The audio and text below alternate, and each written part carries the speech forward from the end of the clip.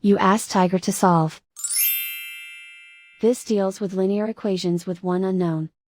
The final result is x equals -1/60. Let's solve it step by step. Swap sides. Resolve the double minus. Group all constants on the right side of the equation. Subtract 9/4 from both sides. Combine the fractions. Combine the numerators. Reduce the zero numerator. Simplify the arithmetic. Find the lowest common denominator.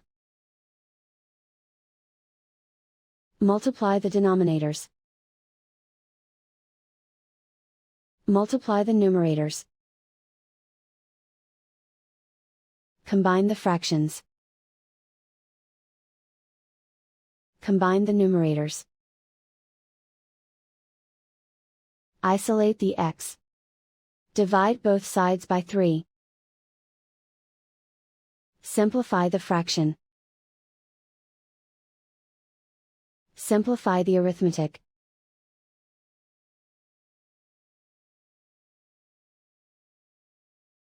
And so the final result is x equals -1/60.